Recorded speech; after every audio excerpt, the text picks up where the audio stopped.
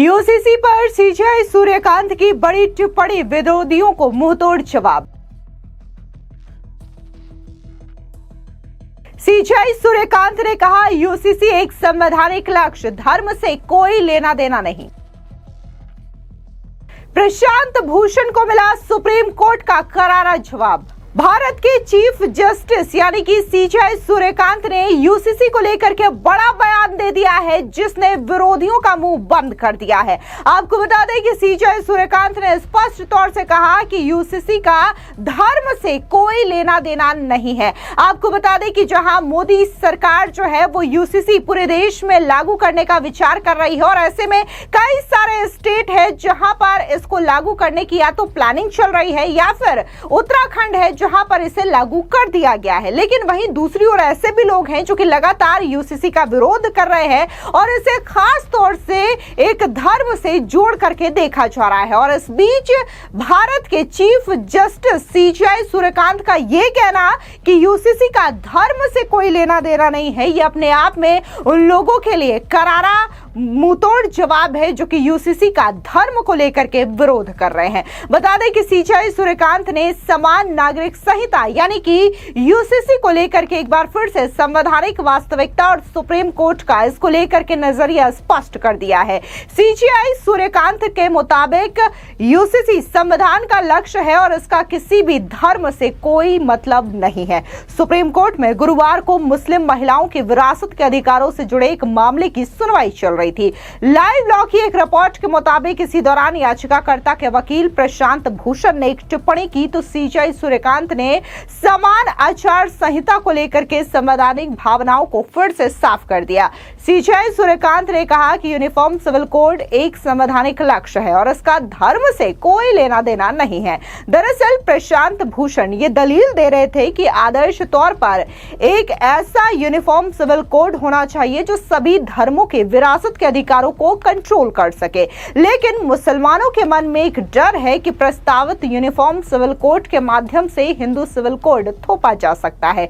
इस मामले की सुनवाई के दौरान जस्टिस जयमाल्या बागची ने भी अप्रत्यक्ष रूप से यूसीसी का जिक्र करते हुए कहा कि जवाब संविधान में मौजूद है, लेकिन सवाल यह है कि समाज कितना तैयार है। जस्टिस बागची ने आगे कहा कि एक वैज्ञानिक तर्कसंगत और मानवतावादी नजरिया विकसित हो जैसा कि मौलिक कर्तव्यों में शामिल है। इस पर प्रशांत भूषण ने यह कहा कि दुर्भाग्य से हम विपरीत दिशा में जा रहे हैं। बता दें कि सुप्रीम कोर्ट में सीजेआई सूर्यकांत, जस्टिस जयमाल्या बागची और जस्टिस विपुल पंचोली की बेंच संविधान के आर्टिकल 32 के तहत मुस्लिम पर्सनल लॉ को मुस्लिम महिलाओं के विरासत के अधिकारों के प्रति भेदभावपूर्ण बताने वाली एक रीट याचिका पर सुनवाई कर रही है।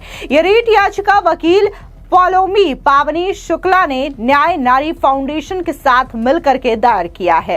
सुप्रीम कोर्ट ने इस मामले में नोटिस जारी कर केंद्र सरकार से जवाब भी मांगा है। यहाँ पर गौर करने वाली बात यह है कि इसी मामले की सुनवाई के दौरान मार्च में सीजेआई सूर्यकांत ने अपना नजरिया स्पष्ट किया था कि यूनिफॉर्म सिविल कोड ही जवाब है। आपको बता दें कि लगातार सरकार की ओर से यह कहा जा रहा है कि आने वाले राज्यों में जहां पर वोटिंग हो रही है वहां पर अगर बीजेपी सरकार बनती है तो यूसीसी लागू किया जाएगा, जैसे कि असम और पश्चिम बंगाल में भी यूसीसी को लेकर के बीजेपी ने अपना वादा किया है। ऐसे में जब असम में एक चुनावी रैली को संबोधित किया जा रहा था गृह मंत्री अमित शाह की ओर से, तो उन्होंने सीधे तौर पर यह कहा था कि असम में बीजेपी की सरकार बनाइए, हम यूसीसी लाएंगे। अब सुनिए क्या कुछ गृह मंत्री अमित शाह ने कहा। आप हेमंत बिस्वा शर्मा और नरेंद्र मोदी के नेतृत्व में सरकार बना दो, आसाम में हम यूसीसी लाएंगे। अब कोई चार शादी नहीं कर पाएगा, चार शादी नहीं कर पाएगा। मैं आज कहकर जाता हूं, कोई आदिवासी भाई बहन को यूसीसी नहीं लगेगी, आदिवासियों को यूसीसी से बाहर रखा जाएगा। आप हेमंत बिस्वा शर्मा और नरेंद्र मोदी के नेतृत्व में सरकार बना दो, आसाम में हम यूसीसी लाएंगे। अब कोई चार शादी नहीं कर पाएगा, चार शादी नहीं कर पाएगा। और यूसीसी में कांग्रेस पार्टी ट्राइब्स को डराती है कि आपको भी यूसीसी लगेगी। मैं आज कहकर जाता हूं, कोई आदिवासी भाई बहन को यूसीसी नहीं लगेगी, आदिवासियों को यूसीसी से बाहर रखा जाएगा।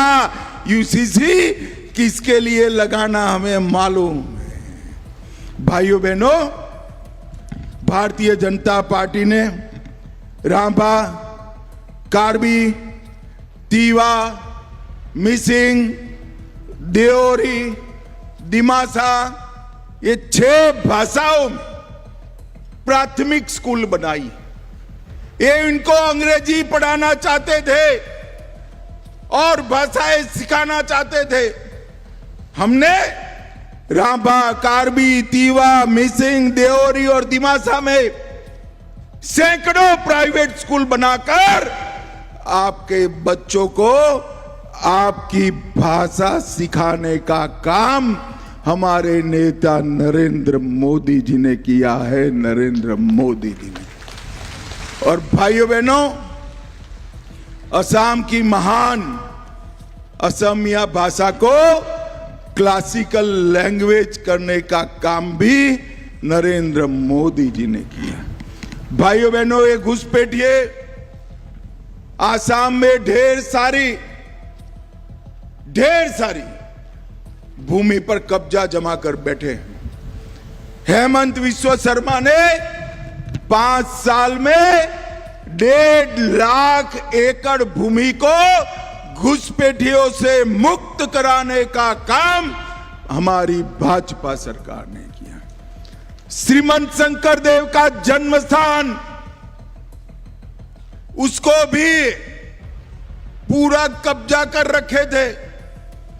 काजीरंगा का घेरनों का भूमि पूरा कब्जा कर रखे थे, उसको भी हमने मुक्त कराने का काम किया है। इसके अलावा बात अगर हम पश्चिम बंगाल की करें तो पश्चिम बंगाल में भी गृह मंत्री अमित शाह ने मैनिफेस्टो जारी करते हुए इस बात का जिक्र किया कि अगर पश्चिम बंगाल में बीजेपी की सरकार बनती है तो यहां पर भी यूसीसी लागू किया जाएगा। सुनिए क्या कुछ गृह मंत्री अमित शाह ने कहा। भारतीय जनता पार्टी शासित कई राज्यों ने common civil code, uniform civil code लागू किया है। हम 6 माह के अंदर ही बंगाल के अंदर यूसीसी को लागू कर सभी नागरिकों के लिए एक ही कानून बंगाल में हो, वो सुनिश्चित करेंगे। आपको बता दें कि यूसीसी एक ऐसा कानून है जो सभी धर्मों, जातियों और समुदायों के नागरिकों के लिए विवाह, तलाक, विरासत, संपत्ति बंटवारा, गोद लेना और भरण पोषण जैसे निजी मामलों में एक समान नियम लागू करता है। अभी भारत में अलग अलग धर्मों के अपने अपने व्यक्तिगत कानून यानी कि पर्सनल लॉज हैं, जैसे हिंदू मैरिज एक्ट, मुस्लिम पर्सनल लॉ, क्रिश्चियन और पारसी कानून आदि। यूसीसी का उद्देश्य इन सबको हटा करके एक देश एक कानून की व्यवस्था लाना है ताकि लिंग समानता, सामाजिक न्याय और राष्ट्रीय एकता बढ़ सके। हालांकि इस बीच कुछ ऐसे भी नेता हैं जो कि यूसीसी को लेकर के विरोध भी कर रहे हैं। ऐसे में क्या कुछ असदुद्दीन ओवैसी का कहना है यूसीसी को लेकर के, सुनिए। तो फिर आप लव जिहाद का कानून क्या करेंगे? देखिए, संविधान में freedom of religion fundamental right है। संविधान में जो प्रियम्बल है उसमें liberty of thought, equality and justice की बात की गई है। तो ये यूसीसी के नाम पर सिर्फ हिंदू कोड बिल को लागू करना चाहते हैं, जो सरासर गलत है, अनकॉन्स्टिट्यूशनल है वो। आपको बता दें कि गोवा सबसे पुराना एग्जाम्पल है यूसीसी का, जहां पुर्तगाली सिविल कोड 1867 से लागू है, जो आजादी के बाद भी जारी रहा। ये सभी धर्मों पर समान रूप से लागू होता है। गोवा, दमन और दीव में ये पहले से ही मौजूद है। इसके अलावा उत्तराखंड आजादी के बाद ऐसा पहला राज्य बना है भारत का जहां पर यूसीसी लागू किया गया। 27 जनवरी 2025 को औपचारिक रूप से यूसीसी लागू किया गया। 2026 में इसमें इसमें कुछ संशोधन भी किए गए हैं, जैसे कि लिव इन रिलेशनशिप रजिस्ट्रेशन को और भी ज्यादा सख्त बनाना आदि। तो ये तमाम ऐसे यूसीसी को लेकर के बातें हैं। हालांकि कुछ लोग इसका विरोध कर रहे हैं तो वहीं कुछ लोग इसके पक्ष में हैं और मोदी सरकार लगातार इस कवायद में लगी हुई है कि यूसीसी जो है वो पूरे देश में एक साथ लागू किया जाए। हालांकि जहां पर बीजेपी शासित राज्य है वहां पर यूसीसी को लागू कर दिया गया है, जैसे कि उत्तराखंड, लेकिन वहीं दूसरी ओर मध्य प्रदेश और असम को लेकर के अभी यूसीसी लागू करने की बातें चल रही हैं। फिलहाल इस पूरी खबर को लेकर के आपकी क्या राय है, कमेंट सेक्शन में जरूर बताएं। धन्यवाद।